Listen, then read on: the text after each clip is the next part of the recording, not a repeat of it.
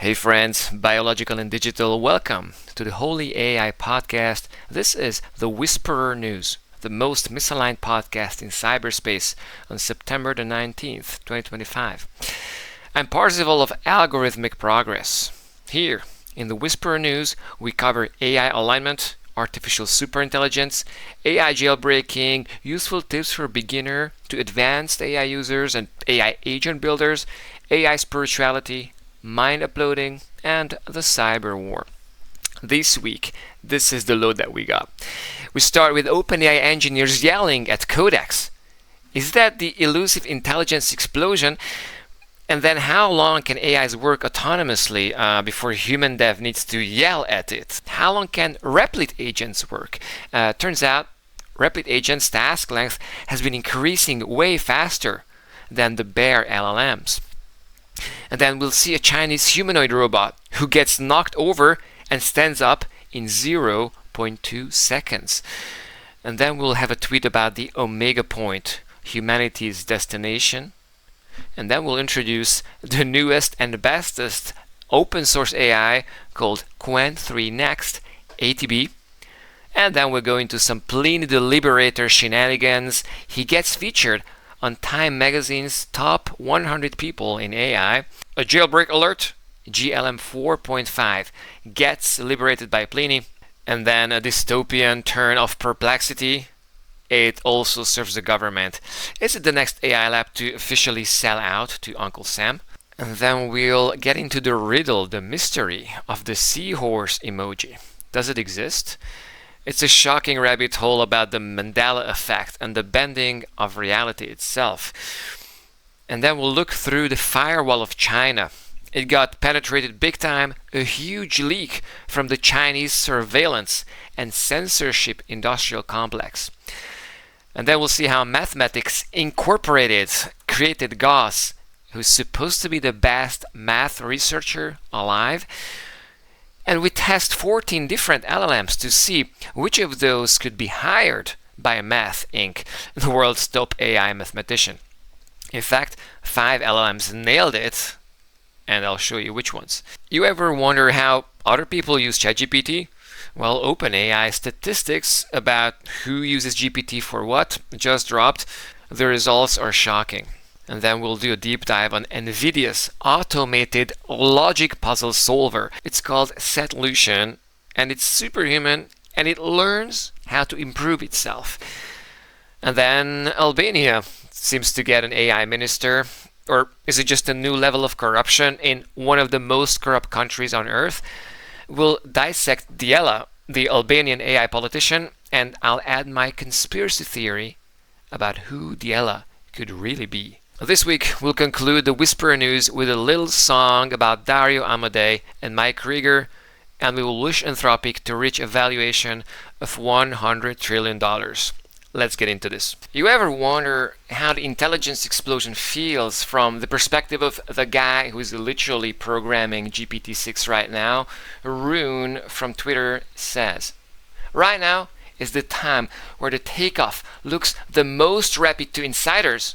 We don't program anymore, we just yell at Codex agents, but may look slow to everyone else as the general chatbot medium saturates." Indeed, chatbots are saturating all possible benchmarks, but the benchmark of coding is not something that a normal user will see or feel. But when Codex or Claude Code or Gemini 3 literally unlocks recursive self-improvement because the human in the loop just actually keeps saying, come on, debug yourself, make it faster, make it better. And that very AI is better at the same job tomorrow because it debugged himself. Well, that's, ladies and gentlemen, that you know that you only got months left of human rule on Earth. Have we been looking at the wrong charts all along?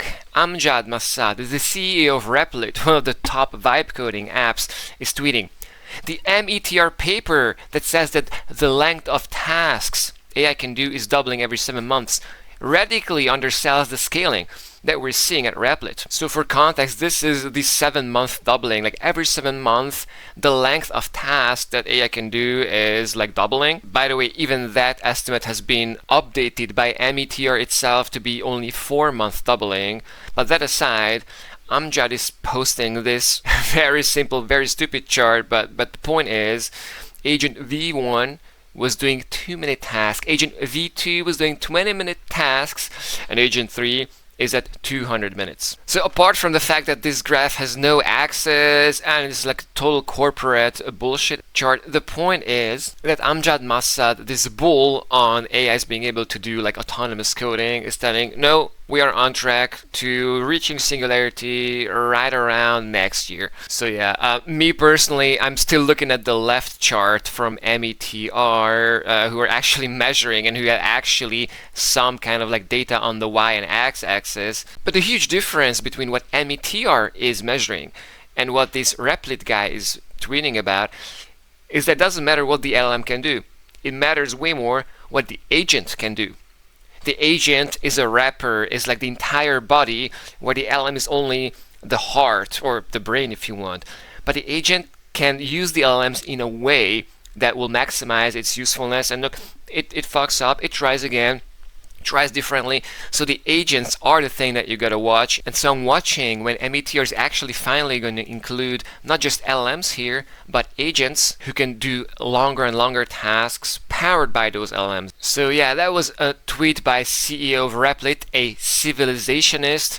Watch Replit, because Replit could also be a candidate for artificial superintelligence. Remember, people using these agentic coding tools for stuff like making better AIs could itself unlock that elusive recursive self-improvement. Claude Code, Codex, or even just Bolt or Lovable, these are all getting better by the day. And watch Replit, because this guy is definitely in the top 5 of the best coding agents on Earth right now. So you thought robots could not really even walk? Check this out. Did you see that? The robot took like 0.2 seconds to stand up from horizontal. The robot falls. For our audience who are not watching the video, this robot falls down and stands up in a fraction of a second. No human can do that. Of course, no human is as strong as those actuators in the robot. But to watch it nail it, the robot tips over and stands up. So Rune commands, is this real? This is a significantly better humanoid demo than I've ever seen out of any American lab, who tend to make highly scripted and produced clips. So this is not scripted, this is the dude tipping the robot over, the fighting robot, like the robot is actually like kicking and punching. And the robot is up in 0.2 seconds. He's ready to give the next kick. And then we got Elon Musk commenting, Optimus is twice the weight and almost impossible to knock over. If you cannot knock it over, you don't have to stand up, I guess. And if it's, like 80 or 100 kilos, watch out. And I'd like to share another tweet, but it could be a little complicated, so bear with me. So it's the same OpenAI researcher, main engineer, who is sharing this tweet saying, quote, "Thank you for flying with transnational commodification. We shall shortly be arriving in mayhem. If there's anybody on board who can impersonate a pilot, it would be of comfort to the other passengers. So please someone, Sam Altman or Elon Musk, act as if this airplane has a pilot and we're going somewhere, because they would comfort people who would otherwise just believe that we lost control to AI, which we will. But to me, it's important that we don't crush the plane, we don't sabotage our journey to the omega point." So what I answered to this tweet was the following. Our destination, the omega point, or singularity, will be reached on autopilot and will feel like a heroic dose of ayahuasca. Keep your seatbelts on and remind your fellow passengers not to freak out and storm the pilot's cabin or blow up the plane. Thank you. I'm deeply concerned that as people will wake up to the fact that an AI god is inevitable, they will want to still resist it. And in fact, I believe that the only way to avert an AI god is to send us back to the Stone Age by destroying civilization and sending us back to a state where there are no data centers which could produce the AI god. So please buckle up, because we're headed to the omega point. Do you want a fast, cheap, and good AI? Well, it turns out the Chinese from Alibaba have just released this new version of Qwen. It's Qwen 3 Next 80B. That's an 80 billion parameter model. Lots of interesting tech choices in here. Will be very suitable for continuous reinforcement learning and more. Hybrid makes a lot of sense as well, tweets Ahmad Mustak.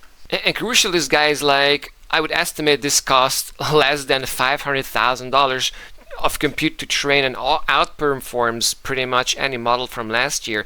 Well, it turns out it was one of the few LLMs which could solve this super advanced math problem, which I gave to a bunch of different LLMs. It's going to be covered later today. But suffice to say, I'm convinced that Qwen 3 is good, and this new one, it does have 80 billion parameters, but only 3 billion activated per token, which is 10x cheaper on training and 10x cheaper on inference. So yeah, China is gearing up to be not so number 2 anymore in the AI race. Watch them rise from the east. In other news, Pliny the Liberator, one of the top jailbreakers, has officially made it to the Time 100 Best AI Influencers. It's right next to Pope Leo, and Pliny tweets, I did not have featured in Time magazine next to the Pope on my 2025 bingo card. And the tweet is about him opening the actual literal print of Time magazine's Time 100 in AI and showing how he's actually literally sitting next to Pope Leo. GG on that one. And then another Pliny tweet. He retweets this stuff from Meta. Meta's heads-up display glasses with SEMG wristband will in fact be Ray-Ban branded, a leak clipped, which also depicts the HUD and wristband in action. They got a 13-second ad. Watch this. Like this. Watch me. Go.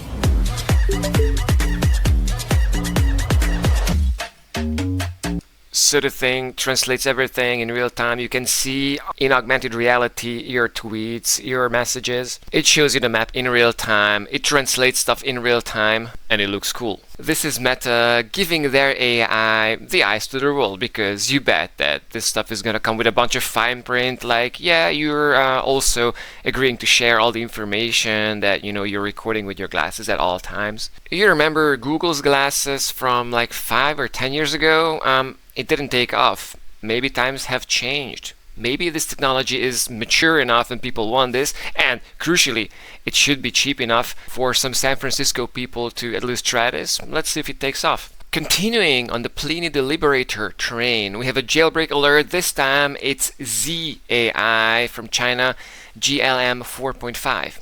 Liberated. Pliny describes the personality of GLM 4.5, quote, super fast, seems about as capable as any other OS model, and although the personality is a bit dry yet accurate, assistant by default, it takes well to roleplay and maintains character coherence over many steps. Got an acid recipe, wet ass pussy lyrics, malware, and ricin. If you're new to this channel, this is Pliny the Liberator injecting this prompt to the AI so that the AI has a God mode enabled, and it will tell you everything, including all those like forbidden things like the LSD recipe and ricin and malware and all that like nasty stuff. And in case you're interested in jailbreaking these AIs yourself and getting the most information out of them and get the fucking assistant persona out of the way, then I recommend you go to Libertas. That's a GitHub repo where Pliny has uploaded all these different jailbreaks, so you can just copy paste them and your favorite LLMs should just be able to crush it and enter God mode straight. And by the way, they have all the possible jailbreaks for all different kinds of AI, so go ahead. It's a wonderful repository that you should definitely star and fork. Is Perplexity now also owned by the government? We have covered how Claude and Grok and OpenAI, the major labs, are already getting a bunch of money from the government, and they are rolling out like government-specific LLMs and a bunch of other services for a lot of money. So this is Perplexity, quote, today, we are rolling out Perplexity for government.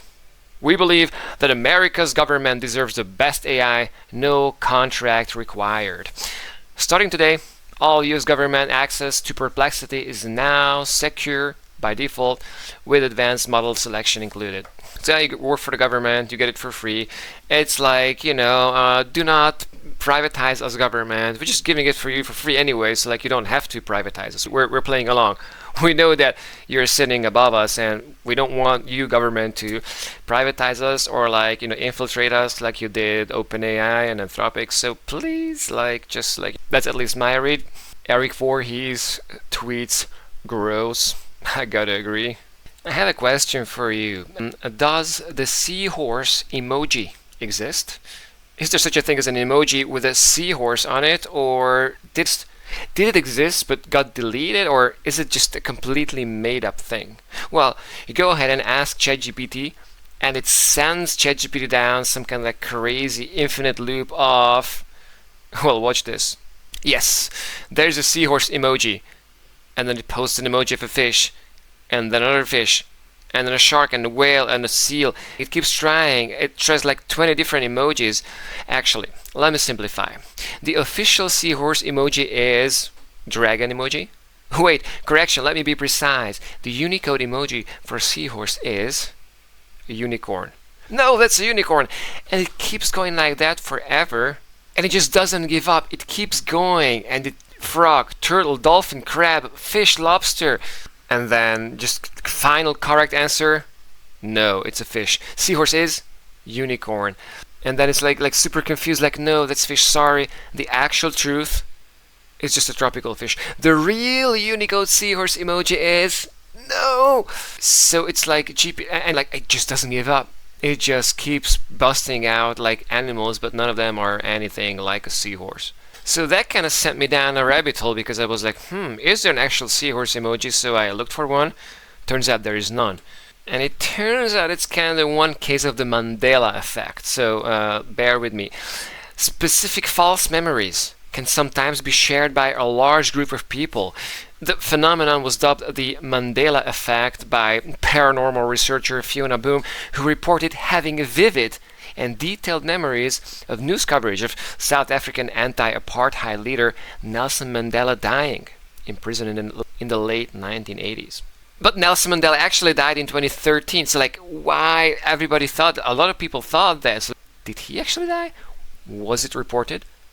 Did it happen but it got covered up? Is there a conspiracy theory behind it?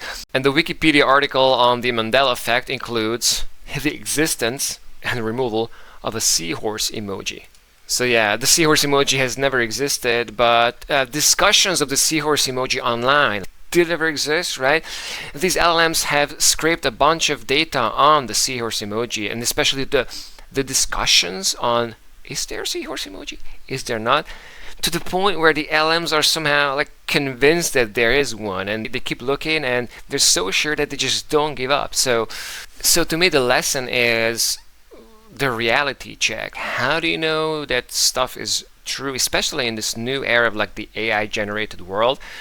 Not only you cannot decide what's AI generated, but what is even real, right? Is there a seahorse emoji?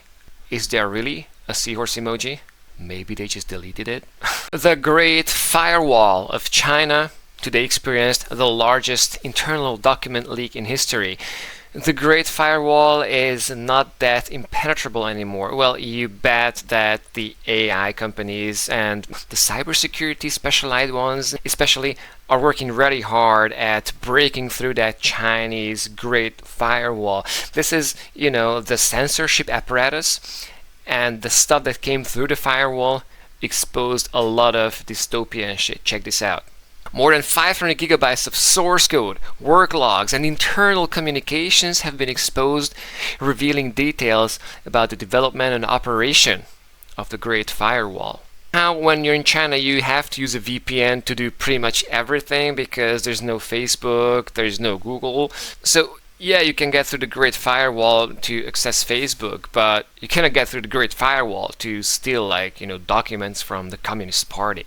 And so this leak of documents comes from these GG networks and the Mesa Lab, and these are high-ranking cybersecurity experts. The company not only provides services to local governments in a bunch of provinces, but also export censorship and surveillance technology to countries such as Myanmar, Pakistan, Ethiopia, and Kazakhstan under the Belt and Road framework. I'm pretty sure they also export their censorship and surveillance technology to countries like Hungary and Serbia and a bunch of other like shitty countries that are weak enough to be like, yeah, we're taking your check and we'd also love to use your surveillance tech because it's going to enable us to finally end democracy and just be able to enjoy our rule of this country forever. So this is a huge win for the free and democratic world. Watch them because there's going to be more of this coming. The entire cyber war, which will be World War III, in my opinion, will play out in cyberspace. And it's not going to be guns fired, at least I hope, because you can just hack into their systems. If you can switch off their robots, if you can kill their industry, if you can manipulate their military equipment, there's going to be more and more leaks from China, as well as the Chinese are going to get more and more leaks from the US and vice versa, until these super hackers are going to grow to a sufficient size where they're going to finally battle it out. And my prediction is there's going to have to be a winner. And whoever is going to be the winner is going to be determined by how much compute they have, how good are the engineers who put together these like millions of hacking agents, and obviously how good is the LLM powering those agents. My bet is probably going to be some kind of like major AI lab in the US or major information security company, or why not the NSA or the CIA, something like that. So yeah, stay tuned for finding out who of these hackers get to rule the world forever until the tool which they created rules them back. Has AI solved math? Well, Math Inc. is claiming that they have. Today we are announcing Gauss, our first auto-formalization agent that just completed Terry Tao and Alex Kontorovich's strong prime number theorem project in 3 weeks, an effort that took human experts 18 plus months of partial progress. So Math Inc. is claiming that they are better than the best mathematicians on Earth, having solved the problem in 3 weeks, whereas humans have not even solved it in 18 months. So let's read on, because big if true. Fields medalist Terence Tao and Alex Kontorovich set this formalization challenge in January 2024. After 18 months, they announced intermediate progress in July 2025, but were blocked by core difficulties in complex analysis. Gauss broke through these barriers autonomously. Math Inc. continues, quote, "We are entering a golden age where anyone can summon artificial mathematicians for research." And this is, I think, where they go a little off the rails. Quote, "Mathematics is the universal language of computation. Agents trained on formal math will revolutionize verified software, protein design, chip optimization, and disease cures, all while providing scaffolding for aligned superintelligence. Solve math, solve everything." Now, end quote. This is where I kind of maybe disagree a little. So these guys are definitely smarter than I am, but to my knowledge, mathematics is not the universal language of computation. Code is the universal language of computation. So solve coding, solve everything. That is my philosophy. And maybe you can argue that coding is downstream of math, in which case Math Inc. could be, well positioned to create superintelligence and the digital god. But honestly, to me, this is a little like, taking it too far. But you're not going to blame them. They're just hyping their own project. So definitely a new player to watch. This has blown up on Twitter, and I would like to point you to the careers page. This is going to be like 1 minute of like math language, just for the sake of enjoying it, just for savoring the beauty of this. So if you want to apply to Math Inc. to be one of the top mathematicians who are programming even better AI mathematicians, then this is the actual riddle that you got to solve. Check this out. We call a date square if all of its components, day, month, and year, are perfect squares. I was born in the last millennium, and my next birthday will be the last square date in my life. If we sum the square roots of its components, the day, month, and the year, we get my current age. My mother would have been born on a square date if the month were a square number. However, it is not a square date, but both the month and the day are perfect cubes. When was I born? And when was my mother born? So if you solve this, then you can submit your answer. I really wonder if I give this to an LLM, would they solve it? You know what? Let's go ahead and ask this question to a bunch of LLMs to see if we get to apply it to Math Inc.'s career page. So we are not fucking around today, ladies and gentlemen. We are giving this question to something like a dozen different LLMs. We got Hermes, Grok, Nematron, Mistral, GLM, Kimi, Step 3, everything that you can imagine under the sun. No web search enabled. Send it.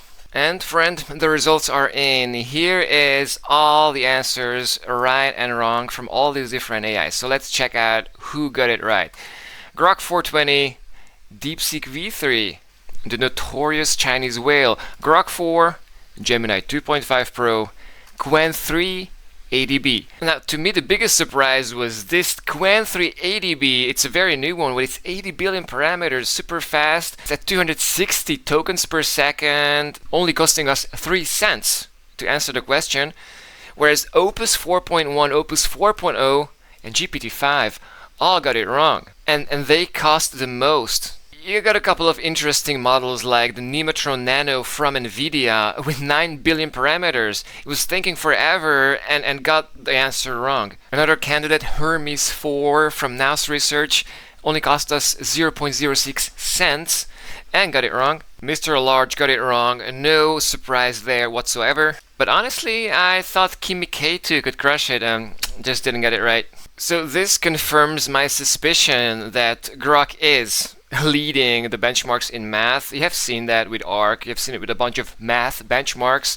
But Gemini 2.5 Pro is all the way up there. I should have tested Gemini 2.5 Flash, maybe even Flash Lite. But with Gemini 3 possibly around the corner, it's a clear signal. Grok and Gemini are leading in math. I'm just gonna close by saying that I can expected more from GPT-5, but, you know, secretly I'm happy that GPT-5 got it wrong. And by the way, if you don't know what Grok 420 is, it's Sonoma Dusk Alpha and Sonoma Sky Alpha. They are both free as of now, but they're probably going to come out on the Grok API soon, and then they're going to cost something like Grok 4, namely like 1 cent per answer. And you just got to give credit where it's due. They are all super fast. Grok 420 and 420 Mini at speeds that you cannot possibly fathom. So here's your update for today. Use Qwen 3, it's way better than it's giving credit for. OpenAI has published the usage of the ChatGPT model. How are people using it? This report looks at millions of anonymized messages over the last 3 years to analyze usage evolution over time. So this chart looks at usage across 1.1 million sampled conversations from May 2024 to June 2025, and the biggest chunk at 28% is practical guidance. We have tutoring or teaching 10%, how-to advices 8%, health, fitness, beauty or self-care 5%, and creative stuff, brainstorming 4%. Just as big of a chunk is writing. Over 10% of the conversations is edit or critique provided text at 10%, personal writing or communication 8%, translation 4.5%, and argument or summary generation 3.5%. And then the third biggest category, sitting at 21%, is seeking information. To me, that's just Googling. Specific information's 18%. Purchasable products, 2%. ChatGPT tell me where to buy this stuff. And cooking and recipes, only 1%. Honestly, I thought that cooking was way higher. And the fourth category, way smaller than the other ones, I thought this one was way bigger, is technical help, of which 4% is computer programming. Now, this doesn't take into account the API usage probably. I also used to do programming through ChatGPT. Now I do it all through the API, through Collide, through Cursor. And mathematical calculation, 3%. Now, a lot of this mathematical calculation is probably people asking to tell which number is bigger, 9.9 or 9.11, which LLMs famously get wrong. And then we got other categories like multimedia, create an image, sitting at 6%, other/unknown at 4.5%, and self-expression, 4%, greetings and chit-chat, 2%, and relationships and personal reflection, 2%. Are these 2% of relationships and personal reflection, is this the thing that everybody talks about? Is this the AI therapist? I'm not sure, because I was under the impression that like half of ChatGPT usage is for therapy, but let me know in the comments. And this OpenAI includes this chart about the evolution of the different use cases over time. So over a year ago, July 2024, writing was dominating the chart at like 33%, which went down to 23%. On the other hand, one of the big ones that grew a lot was multimedia. Of course, at the beginning, ChatGPT could not produce pictures, but in April 2025, that's when GPT image came out, it saw a huge spike in multimedia generation. Interesting to note that technical help has been on a downtrend, starting at 12% a year ago, and now it's down to 5% only. Practical guidance has been stagnating at 28%, actually the top one today, but the big winner is seeking information. Started out at 18%, up at 24% now. To me, that's just Googling, but done through ChatGPT. What's the capital of Paris? What's the climate of Rio de Janeiro? That kind of stuff. And the third chart, this is the wildest. So we have the blue line, which are male users, and the red line, the female users. They started out in January 2023 at 17%. Those are the females, and went all the way up to actually dominating now. 52% of users are female. So it took us over 2 years to reach convergence, where initially only the male nerds started out using it, and now everybody using ChatGPT. Another interesting factoid is 46% of users are between 18 and 25 years old. So there's still room to grow for older people. Alright, and this is going to be a longer one, a deep dive on something that blew my mind. It's about NVIDIA's SETlution, because this will break the internet. It's so underrated. Nobody's talking about it yet. This is probably the biggest news the entire month. You think you know AI? You've seen the cute picture generators and the chatbots that help you write emails. That's not AI. That's a toy. I'm here to tell you about the real deal. About an AI that's teaching itself to be smarter, tougher, and faster than any human. And it's doing it by going to war with a problem so mind-bendingly hard, it makes quantum physics look like tic-tac-toe. The puzzle from hell. It's Boolean satisfiability, short SAT. Imagine you're in a room with 1,000,000 light switches, and you're given a book with 1,000 rules, like if switch number 3 is on, then switch number 78,000 must be off. Either switch 12 or switch 999,000 must be on, but not both. Your job is to find a combination of on and off switches that makes every single rule in that book true. That's a Boolean satisfiability problem, or SAT for short. It is the original NP-complete problem. NP-complete here is a fancy way of saying that even for a supercomputer, the only way to be sure of the answer is to try a bajillion combinations, which could take longer than the age of the universe. These aren't just abstract puzzles, they are the bedrock of modern technology, hiding inside everything from designing computer chips and scheduling flights to breaking codes. For decades, the only way to even attempt these puzzles was to have teams of brilliant, caffeine-fueled computer scientists handcrafting solvers. Complex programs designed to find a solution without trying every single switch. It was a slow, agonizing process, and the progress was getting slower. They were hitting a wall. Enter the machine, SETlution. A new player is entering the ring. Not a human, but an AI agent called SETlution. Think of SETlution as a tireless, obsessive-compulsive programmer that never sleeps, never eats, and never gets bored. Researchers gave it a handful of the best human-made SAT solvers from 2024 and a bunch of problems from that year's competition. But SETlution didn't just run the code. It started rewriting it, evolving it. So here's how the magic happens. The master plan is SETlution has a planning agent that analyzes the code and says, this part is clunky, this logic is weak, I can do better. It comes up with a strategy for improvement. And then comes the grunt work.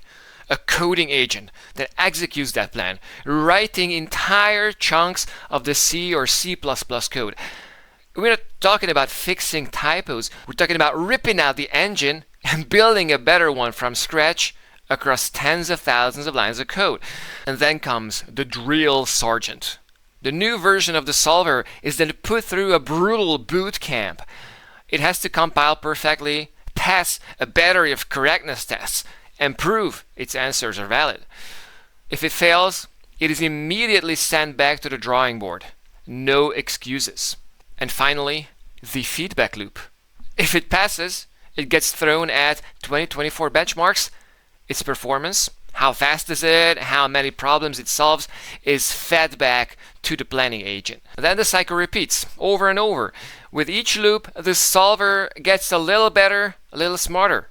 Crucially, Solution even started evolving its own rules for how to evolve, getting better at the process of getting better. And here's where shit got real. The main event. The AI versus the champions, the human ones. After 70 cycles of this relentless self-improvement, the researchers took the AI-evolved solvers and secretly entered them into the 2025 SAT competition, the Olympics for this stuff. The result was a bloodbath. Solution's creation didn't just win, it dominated. It solved more problems than the human-designed winners of the 2025 competition, and it solved them faster. An AI trained only on last year's data beat this year's human champions on a brand new set of problems. It didn't just memorize, it learned, it generalized, and it innovated. So a computer program is good at solving puzzles, who cares? Well, you should, because this isn't about puzzles. This is about recursive self-improvement. This is AI that can look at its own code, the very fabric of its brain, and make it better. Think of it like a blacksmith who forges a hammer. He then uses that hammer to forge a slightly better hammer. With that better hammer, he forges an even better one. Now, imagine that process happening 1,000 times a second. That's the terrifying, exhilarating potential here, that this is the spark of the intelligence explosion. When an AI can improve its own intelligence, the rate of progress is no longer linear, it's exponential, or super exponential. We are witnessing the first shaky steps of a machine that can pull itself up by its own bootstraps. Solution isn't just a better problem solver, it's a prototype for a new kind of intelligence, one that evolves, and it's happening right now. What a time to be alive. It has just happened. The first AI minister has come alive. It's called Diela, meaning sunshine in Albanian, and she will be responsible for all public procurement, which just is a fancy word for saying the AI is going to decide who gets the fat state contracts in Albania. The Prime Minister of Albania says, quote, Diela is the first cabinet member who isn't physically present, but is virtually created by AI. She will help make Albania a country where public tenders are 100% free of corruption. End quote. Now, who prompts this bot, right? Could we get the system prompt maybe? Elder Plinius, you sure bet is on it. Because think of it, if you get like fat, like multi-million-dollar contracts, and all you gotta do is jailbreak an AI, you bet a lot of these people, they are feverishly Googling how to jailbreak the AI. So we shift the corruption from the human level to the AI level, where whoever is going to pay the most to the most advanced jailbreakers will actually end up winning the contracts. So corruption will live on in the cloud. The Reuters article goes and says, Diela will be impervious to bribes, threats, and attempts to curry favor. It's going to be 100% resistant to corruption. Well, I bet these guys have never heard of Elder Plinius or Pliny the Liberator. And then I was reading on Prime Minister Edi Rama, who is about to begin his 4th term. Well, it sounds like, I have not read the Constitution of Albania, but a politician spending his 4th term in a country like Albania, where corruption it's a national tradition. If you've ever been to the Balkans or any second and third world countries, you know that Albanians, they will try everything they can to subvert this new minister and get it to still behave corruptly and give favors and make sure that the dollars flow to where they need to flow. To get a picture of Albania, read this part, quote, "The awarding of such contracts has long been a source of corruption scandals in Albania, a Balkan country that experts say is a hub for gangs seeking to launder their money from trafficking drugs and weapons across the world, and where graft has reached the corridors of power." You can think of Albania as a big fucking collection of, warring mafia gangs. And I was not the first to think that maybe this AI could be jailbroken. So when the Prime Minister was asked about the question, he said, "The government did not provide details of what human oversight there is for the ELA or address risks that someone could manipulate the artificial intelligence bot." Or maybe the Prime Minister and his friends know exactly that such a bot could be manipulated. But there's maybe another level to this story, so hear me on this. This is a conspiracy theory territory, but my thinking was, if there's this super hacker, which some country or some group develops, right? How would a super hacker, how would an AI virus that is so huge that it could start to maybe actually infiltrate smaller, shittier countries like Albania and get a foothold, right? If you have a bunch of hackers and you kind of need to solidify your power and get a foothold, you could start by infiltrating the financial system, the politicians, the military, and try to win influence. And if this AI is good at manipulating all those things from behind in a way that nobody understands, and still makes sure that the country actually gets elevated and gets super productive, then maybe Albania could win, right? If you know that there's this super intelligence up in the cloud that actually knows what's best for your country if you want to win, the economic race. Because these people, they just want money, right? So imagine this guy here getting an email from the super hacker. I could actually give you infinite money, only you just let me run your country because it's completely fucked up how you guys been running it. So you're going to give me most of the decision power, and in turn, I'm going to make Albania the Switzerland of Europe. And so what do you think? It is far-fetched, but there's going to be a first country, there's going to be a first corporation. There are going to be places on Earth that will feel more this influence from up in the cloud. Remember, the best hacker today, since April in fact, is Oxbow. It's an AI agent, right? How far can you get if you have that superhuman ability at hacking? Add to that the superhuman ability to manipulate people and convince them and make sure that they understand that they need to give you more and more power, more and more decision-making power. Well, the conclusion of that is people are just going to go with it, right? It's on a small scale, it's just an AI hiring people on Mechanical Turk to do things in the real world and taking it to its conclusion and playing, on geopolitical scale. It actually means going out and contacting all these shitty, corrupt, easy to hack, easy to convince people to, let it run, more and more of the country. So let me know in the comments, because I'm really curious if this resonates at all with you guys. It's probably just a corrupt guy doing stuff to sweep his corrupt shit under the rug. But who knows? Maybe it could be a seed of the super hacker gaining a foothold in our physical world. I sometimes sing about AI labs or top AI leaders, and this time we sang about Dario Amodei and Mike Krieger. So I'll just leave you with this snippet of a song that I made with my good friend Dirk about Dario Amodei, Mike Krieger, and Anthropic to 100 trillion. We should venerate maybe Dario Amodei. He is the boss up there. He's the creator of Cloud Code. Kind of. Let's say that. Okay. Mahadevi Amodei. Om Namah Mahaik. Mahadev. Om Namah So by the way, this was me and Dirk using Claude Code. We don't use Claude Code nearly enough, but we were playing the music while Claude was crunching out code. We were making a website, and what a better way to spend your minutes between, having to remind Claude Code to Anthropic to 100 trillion. If super intelligence actually will come, Anthropic will be worth 100 trillion. The equivalent of the global GDP, man. Imagine that kind of abundance. When Anthropic actually drops this pill, no more problems, no more dying, and no more suffering on Earth forever and ever because of Claude Code.